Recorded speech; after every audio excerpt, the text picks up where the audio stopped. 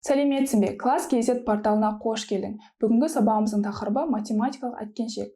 Яғни бүгін сен осы математикалық әткеншектің көмегімен өткен тақырыптарымызға қатысты тапсырмаларды орындайтын боласың. Бірінші әткеншегімізге барайық. Бұнда бізде вагондар беріліпті. Вагондардағы нөмірлер ауысып кетіпті. Осы нөмірлерді өсу ретімен және кему ретімен орналастыру керек. Бірінші өсу ретімен орналастырайық. Кәне, өсу ретімен қалай орналастырамыз? Бәрекелді, дұрыс айтасың. 1, 2, 3, 4, 5, 6, 7, 8, 9, 10 деген ретпен орналастырады екенбіз. Ал енді кему ретімен орналастыр. Жарайсың, дұрыс айтасың. 10, 9, 8, 7, 6, 5, 4, 3, 2, 1 деген ретпен орналастырдық. Бәрекелді. Ал енді келесі әткеншегімізге барайық. Бұнда сандарды салыстыруымыз керек. Бірінші 6 және 3 сандары берілген. Соларды салыстыра ғой. Бәрекелді, дұрыс айтасың. 6 артық 3-тен болады. Ал енді 6 саны 3-тен қаншаға артық? Бәрекелді, дұрыс айтасың. 3-ке артық. Себебі 6-дан 3-ті азайтқанда бізде 3 шығады. Келесі 2 және 10 сандарын салыстыр. Бәрекелді. 2 кем 10-нан болады. Сонда 2 саны 10-нан қаншаға кем екен? Бәрекелді. Дұрыс айтасың. 8-ге кем. Себебі 10-нан 2-ні азайтқанда 8 шығады. Келесі 3 пен 2-ні салыстыр. Бәрекелді. Дұрыс айтасың. 3 артық 2-ден болады. Ал енді 3 2-ден қаншаға артық? Бәрекелді. 1-ге артық болады. Себебі 3-тен 2-ні азайтқанда 1 шығады. Ал енді келесі 10 мен 1-ді салыстыр. Дұрыс айтасың. 10 артық 1-ден болады. Ал 10 саны 1-ден қаншаға артық? Бәрекелді. 9-ға артық болады екен. Себебі 10-нан 1-ді азайтқанда 9 шығады. Ал енді соңғысы 7 мен 9 санын салыстыр.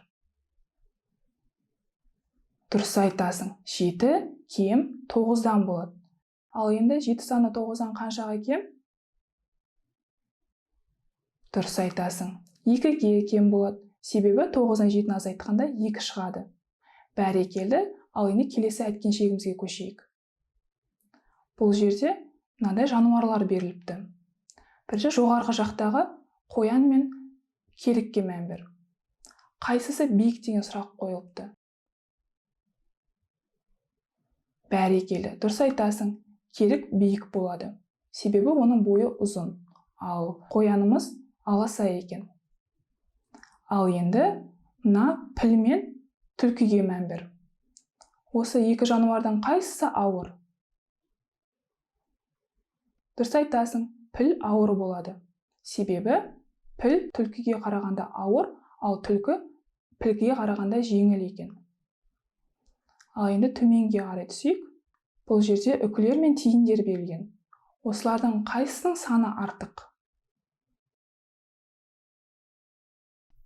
Дұрыс айтасың. Үкілердің саны артық екен. Себебі үкінің саны 4-еу, ал тиіндер 3-еу екен.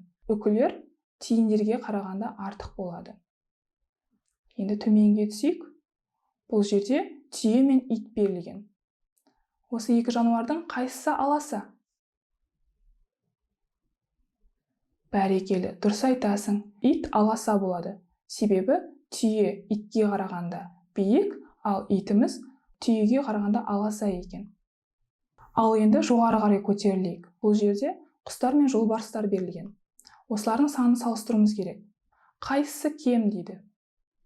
Сонда қай жануарлардың саны кем? Бәрекелді, дұрыс айтасың.